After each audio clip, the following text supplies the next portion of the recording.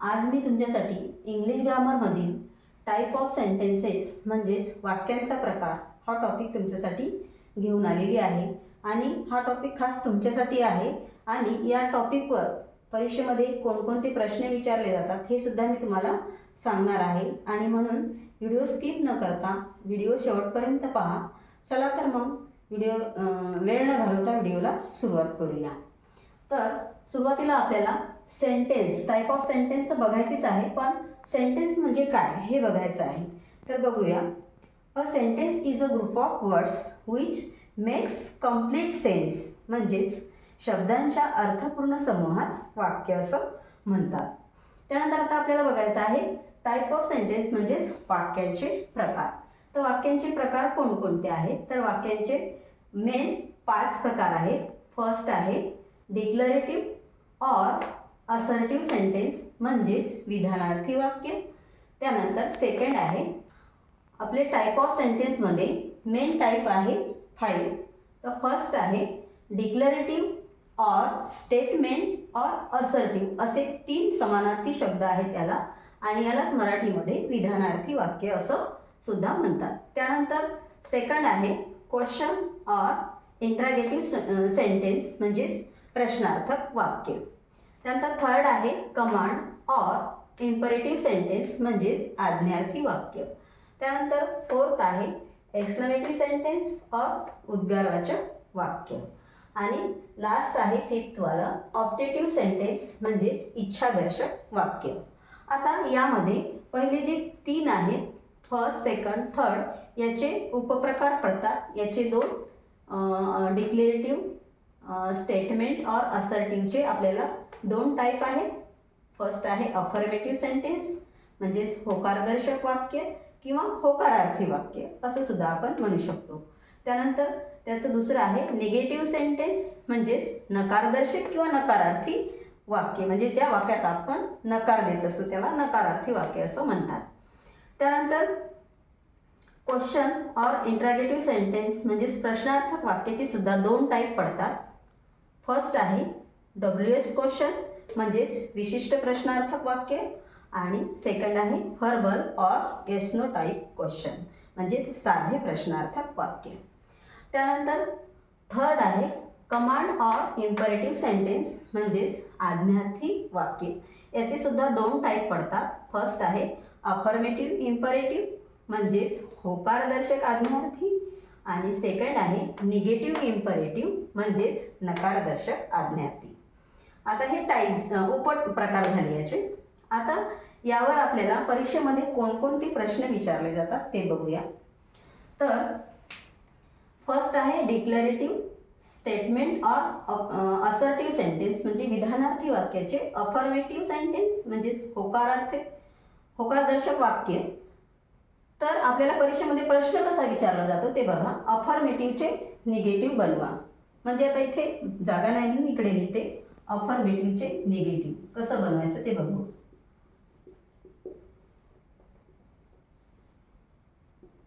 अफर्मेटिव्हचे आपल्याला काय बनायचे? Affirmative sentence. अफर्मेटिव्हचा आपल्याला बनवायचा आहे निगेटिव्ह.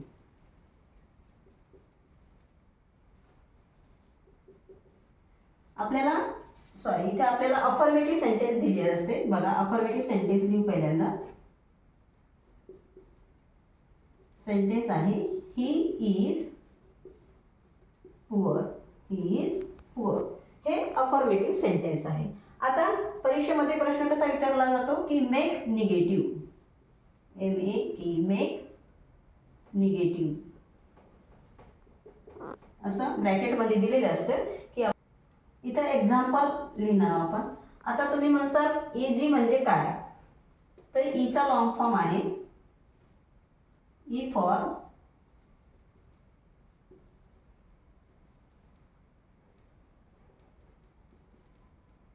एक्झॅम्पली, ई फॉर एक्झॅम्पली, आणि G फॉर ग्रेटिया.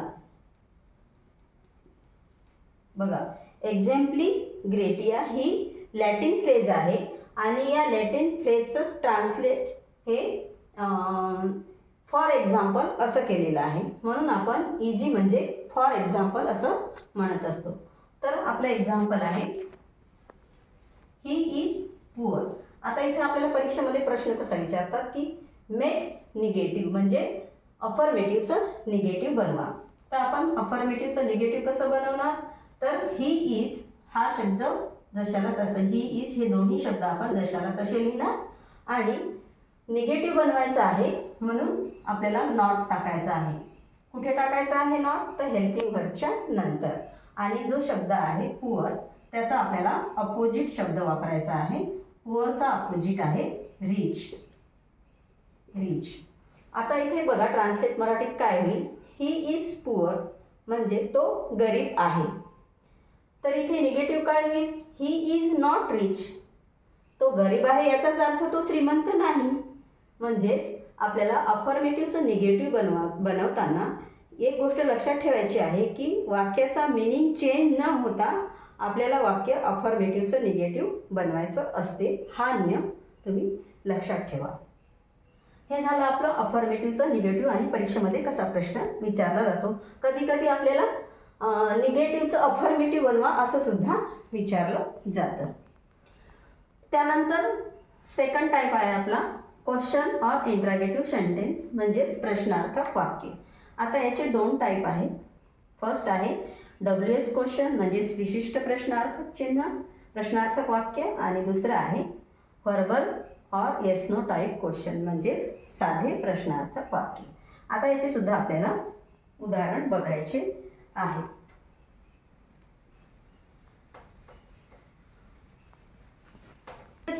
क्वेश्चन म्हणजेच विशिष्ट प्रश्नार्थक चिन्ह याचं उदाहरण बघूया. WH question. आता याचं एक्झाम्पल काय आहे की या WH क्वेश्चनमध्ये WH फॅमिलीमधील जे वर्ड असतात जसे की who, whose, whom, why, where, what,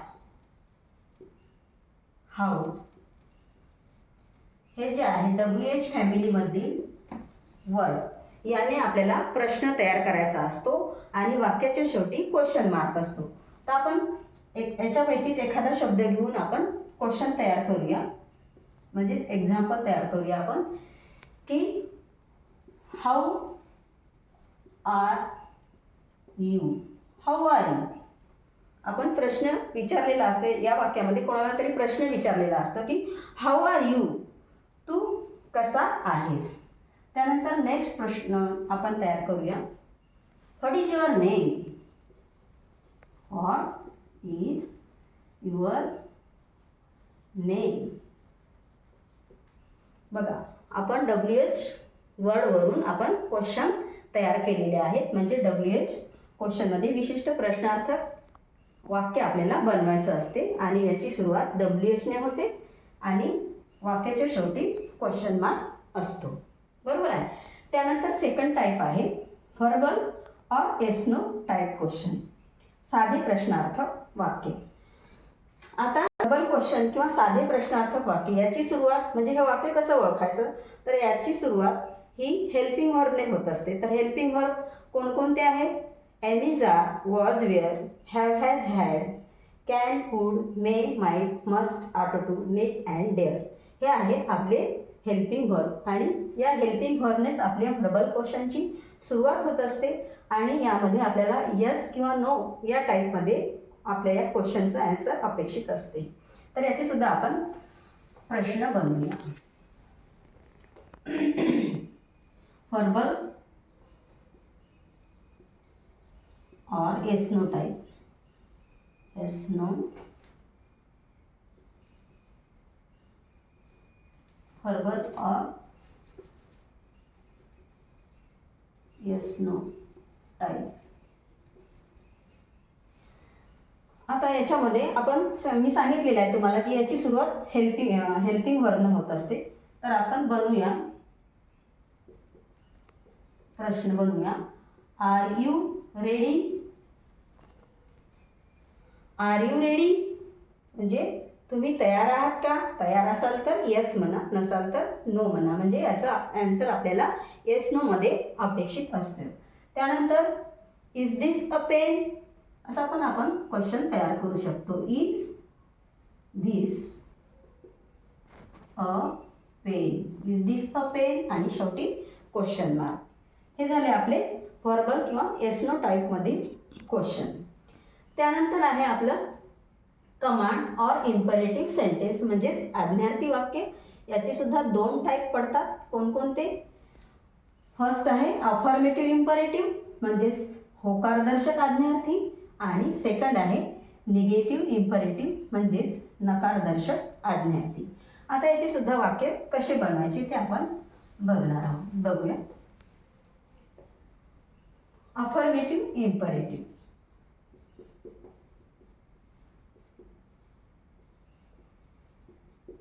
affirmative imperative.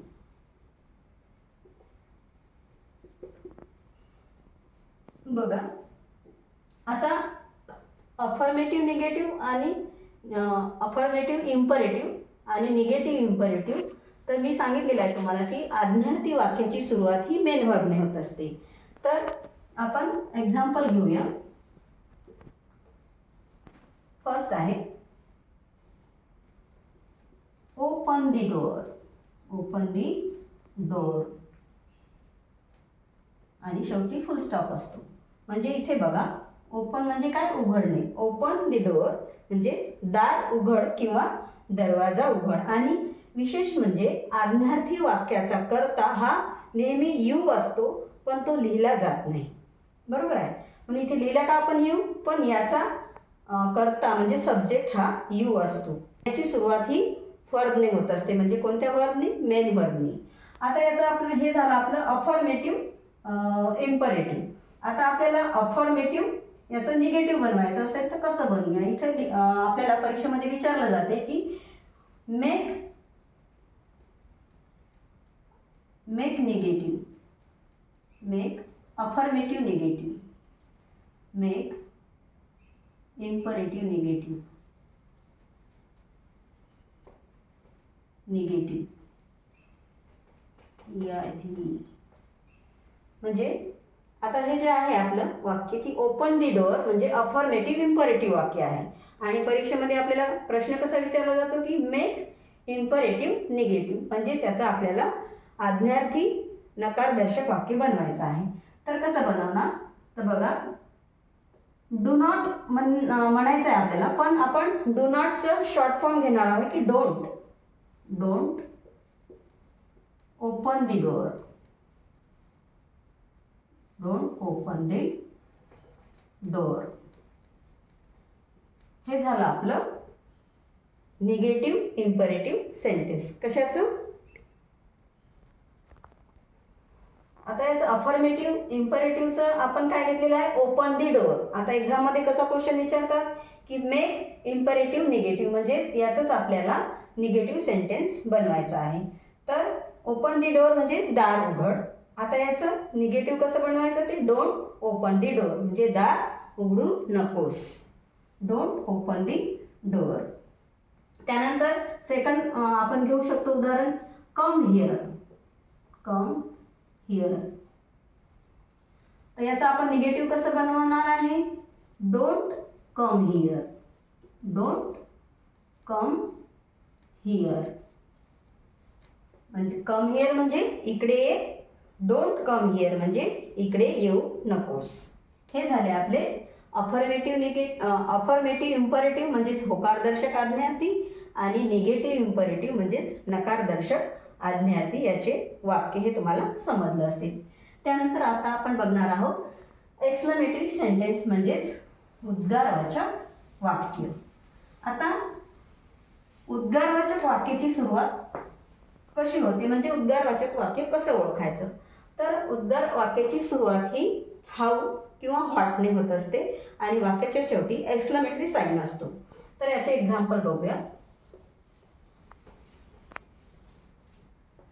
एक्सक्लेमेटरीचे example आहे first how funny.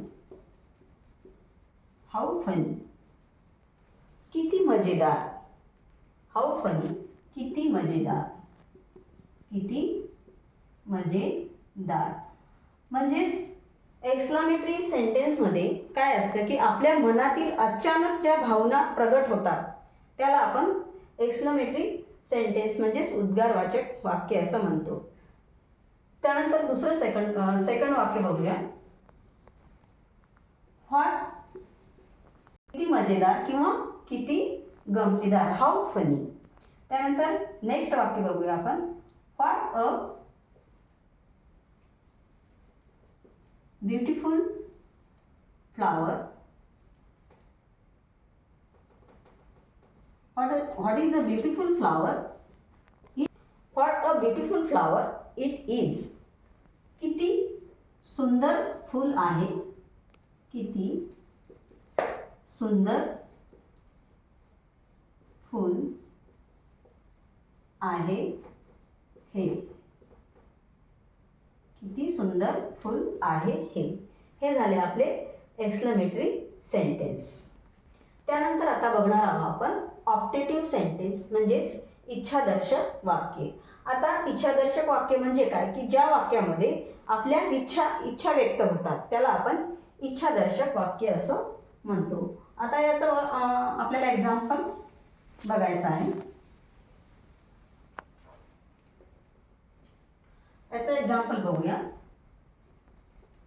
May God